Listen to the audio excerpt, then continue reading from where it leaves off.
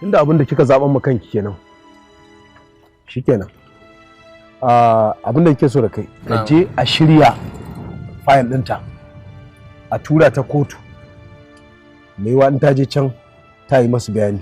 To shikenan. Mu dai ta rabu da hannun mu ba kawai. To shikenan ranka da ba wani abin za. Ke tashi mu tafi. Tashi ku. Mu je. Sai ki rinka tafiya kamar wani laka ya fashe miki a ciki.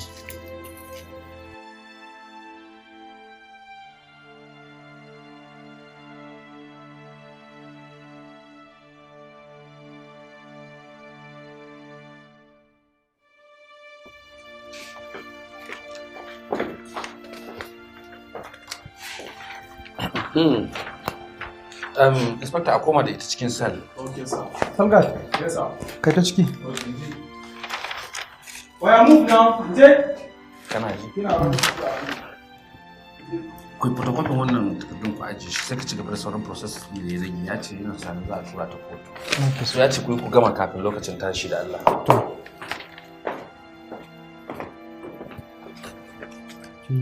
Hada abu. Ina Ashiru wani yaron nan ɓarawon akuyan nan? Ina ci. Sargat! Yes, sir. Fito da wannan ɓarawon akuyan. Okay, sir.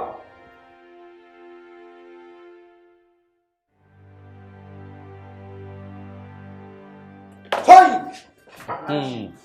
Morning. Ya kuke? Inspector, ina case file din yarinyar can.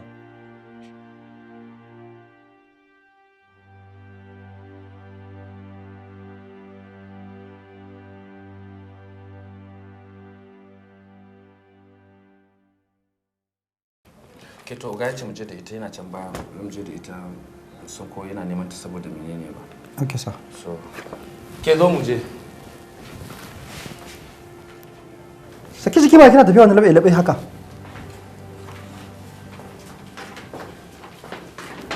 A haka kaman ba za ta aikata ba. Mu gobe shi da kama. Me zaki ce akan zargin da ake miki na kashe mahaifinki?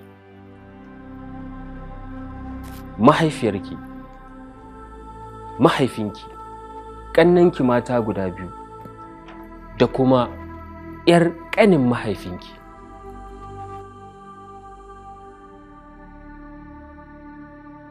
Ba ni na kashe su ba.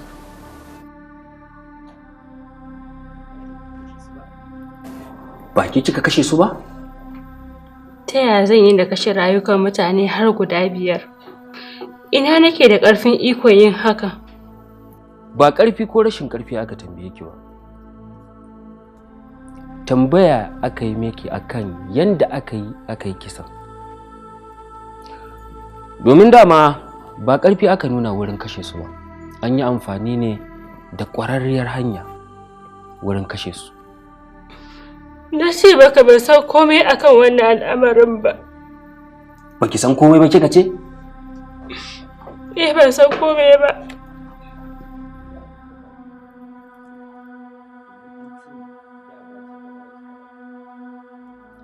Ranar da abin ya faru kina ina? Domin an ce da ba kya gida. Daga baya kika dawo. Ba na gida. To da kika dawo me kika yi? Kina ina duk wa'annan abubuwan suka faru?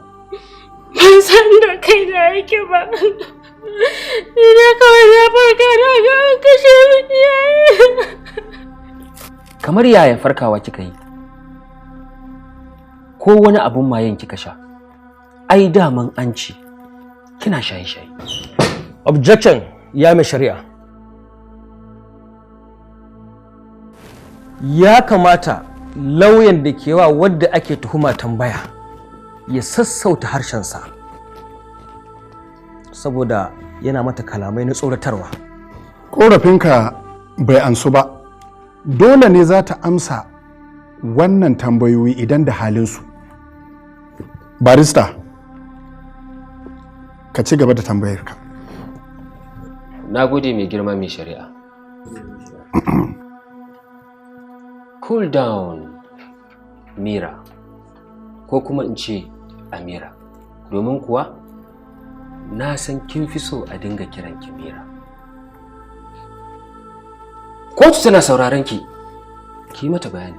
Ban san me ya faru a wannan daren ba. To wani irin bacci kike yi da baki ji motsin kowa ba, baki ji ihun kowa ba, har aka gama abin da aka yi. Wai shin ko dai shaye-shayen da kika yi ne ya yi miki nauyi kika samu kanki cikin baccin da duk abubuwan nan suka faru baki sani ba? Objection, ya mai shari'a. Ina roƙon kotu da ta dakatar da lauya mai yin tambayoyi gare ta. Ganin yadda yake ƙoƙarin jefa waɗansu tambayoyi waɗanda ba su bane makasudin tambayoyin. Sannan kuma yana ƙoƙarin kiran wadda nake wakilta a wannan kotu da 'yar shaye-shaye. Barista, ka canja salon tambayarka. Na gode mai shari'a. Amira, an ce ba kya shiri da mahaifinki, kuna takun saka, haka ne? Haka ne, amma daga baya mun shirya. Yaushe kuka shirya da shi? A daren da abin ya faru. Kina nufin kenan a daren da kika dawo gidan har kun haɗu da shi ma kun yi magana? Na haɗu da shi a ƙofar ɗakinsa nema. Daga nan wani bacci ya zo ya ɗauke ni wanda ban san sanadiyarsa ba. Kamar yaya? Ni dai kawai na ji wata ƙura ta taɓa min fuska. Kamar an hura min wani abu. Daga nan ban sake sanin komai ba. Farkawan da zan yi shi ne na gani kwance cikin jinin da aka kashe min.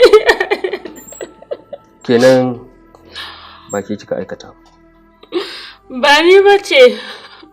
Mai girma mai shari'a, ina roƙon wannan kotu mai alfarma da ta bani dama in gabatar da wasu shaiduna wanda za su tabbatar mana da cewa wacce ake zargi ita ta aikata wannan laifi. Inda zan gabatar da Inspector Abbas a matsayin hujja ta farko. Kotu ta baka dama. Idan Inspector Abbas ya samu halarta, sai ya zo ya gabatar da kansa a gaban kotu. Na gode mai girma mai shari'a.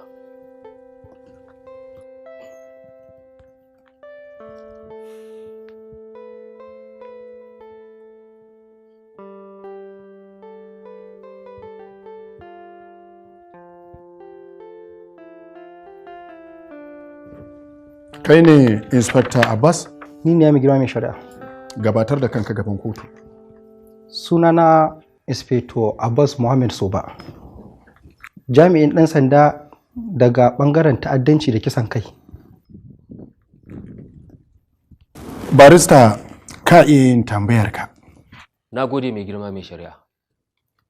Inspector Abbas, an ce kai ne kake jagorantar wannan kes ɗin. Kuma an ce ku ne wanda kuka fara zuwa kan gawawwakin. Ƙwarai, mu muka fara zuwa kan gawawwakin. To me kuka samu? To, mun samu gawawwaki guda 5. Ɗaya daga ciki namiji, 4 mata. Sannan ɗaya babban mace ce, 3 daga ciki kuma 'yan mata ne. Duk da yake dai kisan ba a guri ɗaya aka yi su ba. Shin, kun samu wata shaida yadda aka yi kisan?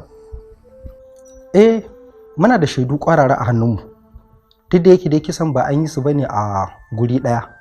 Kowanne an bi shi inda yake ne aka kashe shi a gurin. Ta yaya?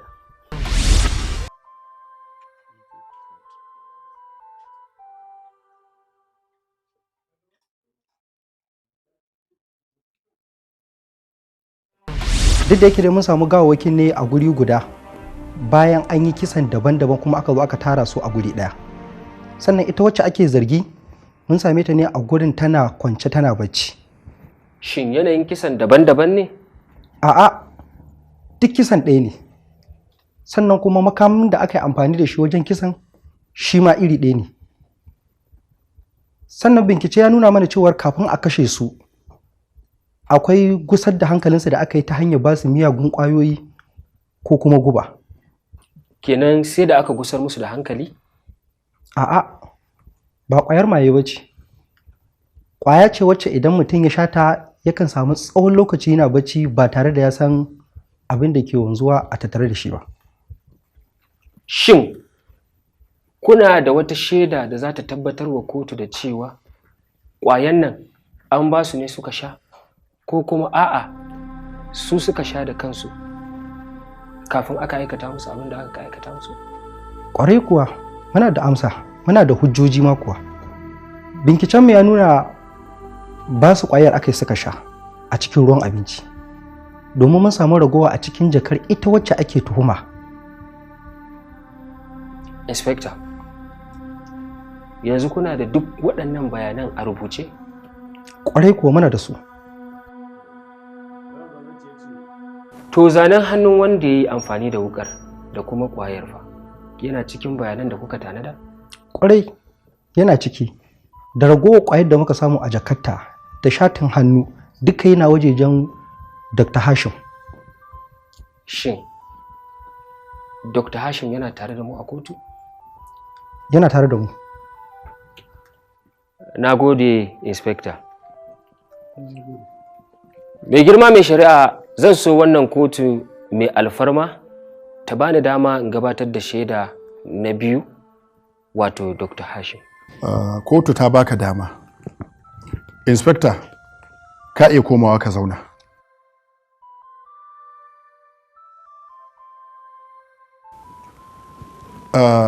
Ina Dr. Hashim Ibrahim?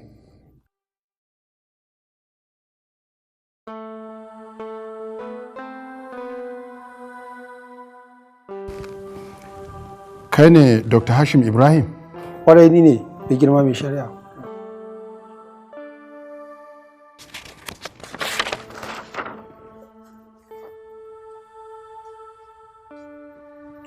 Kotu ta baka dama. Na gode mai girma mai shari'a. Dr. Hashim, Na'am, an ce kai ne ka gabatar da gwajin hannun makashin kwarai ka. da kuma ƙwayayyakin da aka samu a cikin jakan wacce ake tuhuma. Kwarai da gaske. To yaya abin yake? Kotu za ta so ka yi mata bayani. Ƙwayar baccin da aka ba su ta zo daidai da wacce aka samu a cikin jakar ita wadda ake zargi. To shi kuma zanen hannun makashin fa? Shi ma ya zo daidai da nata. Sai dai wajen kisan Alhaji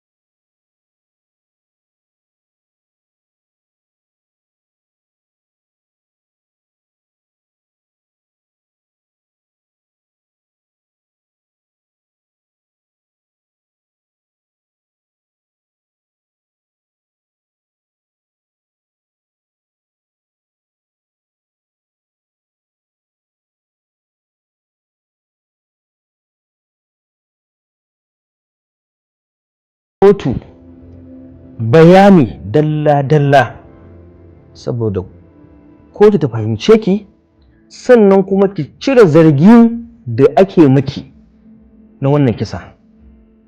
Kuma na tabbatar kotu gidan adalci ne.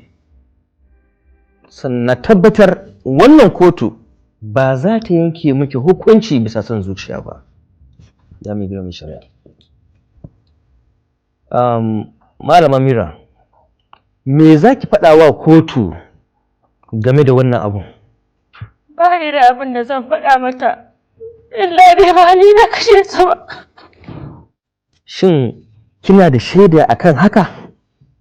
Saboda na ji an ce ba kya jituwa da mahaifinki.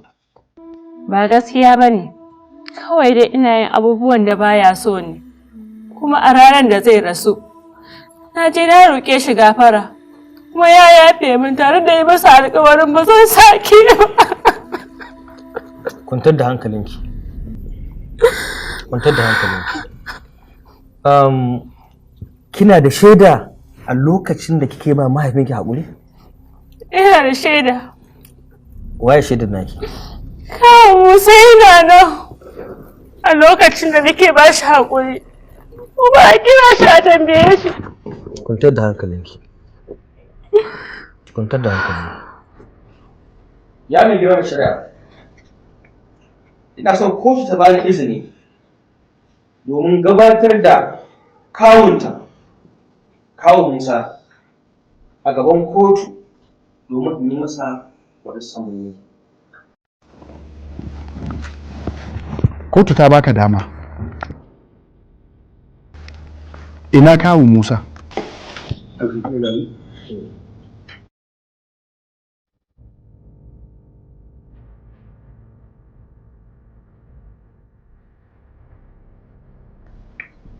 Kai ne kawo Musa?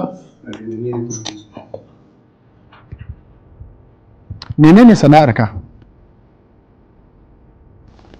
Kuma me alaƙarka da wadda aka kashe Da wadda ake zargi. Ni suna da Musa Yunusa Garba. Alaƙata da ɗaya daga cikin waɗanda aka kashe ɗaya daga ciki ta ce. Shi kuma Alhaji Ramalan yayana ne, uwa ɗaya uba ɗaya. kotu ta gamsu. Barista yi tambayar ka. Kawo Musa. Labai. A wannan kotu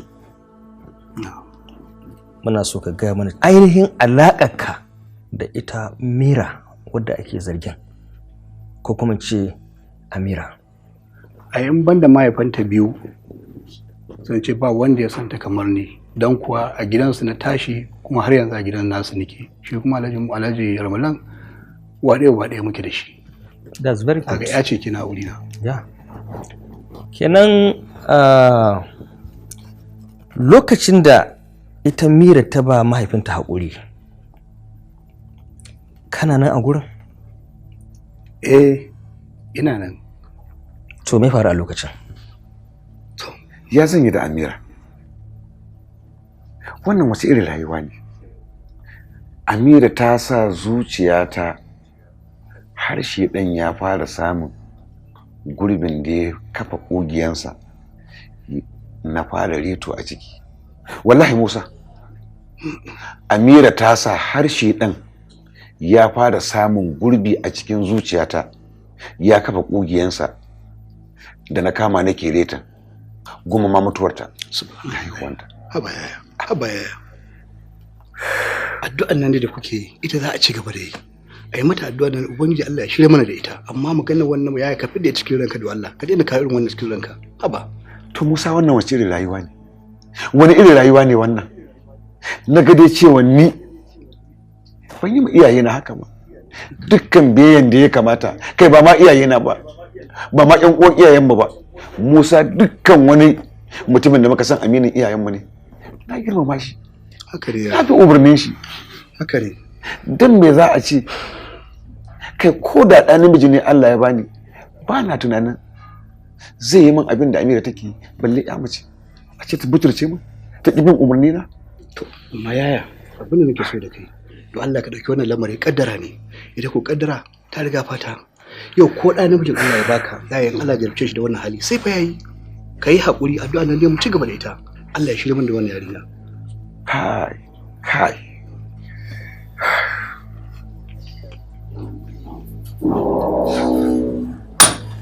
Assalamu alaikum.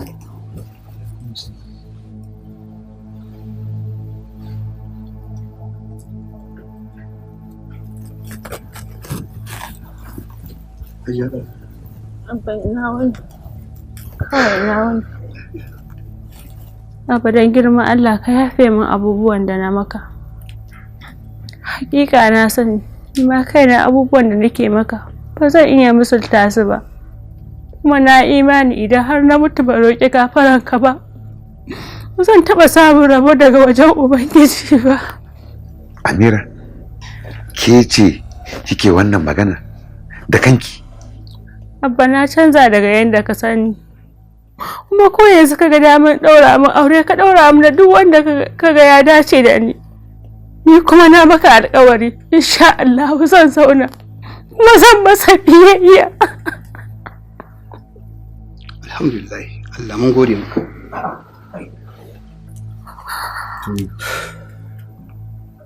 Anya Amira, in ji dai ba wani tunani da wani munafunci da wani kulle-kulle kika shirya mun fike faɗin waɗannan kalaman. Akwai sirrika da yawan gaske da suka sa na aikata haka, Abba. Sirri? Yaya, bari ɗan ba ku ɗan tunda kun ya shafi da sirri, bari ɗan fita. Ina za ka koma? Ito, ai ka san tsakanin ɗa da mahaifi sai Allah, ko da muke ahalin wannan gida ba dole bane da ce sai na ji abin da ke tsakanin ɗa da mahaifinsa. Mu da alhamdulillah Allah ya sa shi kuma ta gane kuranta, Allah ya ƙara shi da mu. Madalla. Ba komai sai na neme ka. Ku gaida iyalin naka.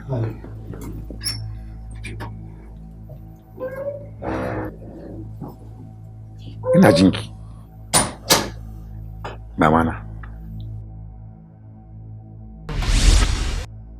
Kawo Musa, ban gane abin da kake nufi ba. Ka zo wurin da za ka gane haka in kana buƙatar bayanai game da wannan. Yanzu idan Mira aka ce ta aikata wannan abin da ake zarginta, shin za ka iya yadda? Ƙwarai da gaske zan yadda. Don wannan yare ke gani fitinannen yarinya ce. Amma Kawo Musa, kai da kake matsayin... Dakata lauya, ko da baka tambaye ni abu da ke so ka tambaye ni ba, zan faɗa maka gaskiya. Kasancewa ta na ƙanin mahaifinta ba zai samu goyi bayanta ba. Ko da ku babu ƴata daga cikin wanda aka kashe. Kenan ka san waɗansu abubuwa da suke a ɓoye kenan. Wannan yarinya ban taɓa ganin yarinya fitinanniya mara jin magana iyayenta, mara neman albarka wajen iyayenta ba kamar Amira. Ban taɓa samun labarin wacce ba ta son ta gama da duniya lafiya ba kamar ta. Duk kuwa da cewa muna iya ƙoƙarin mu wajen yi mata tarbiyya. Kai ba kisan kai ba, in akwai abin da aka ce ta yi wanda ya faka ba kisan kai ba zan yadda. Ka ganta nan zuciyarta bushe take, babu tausayi ko matsalar zaratin. Kaga wannan da ke ganta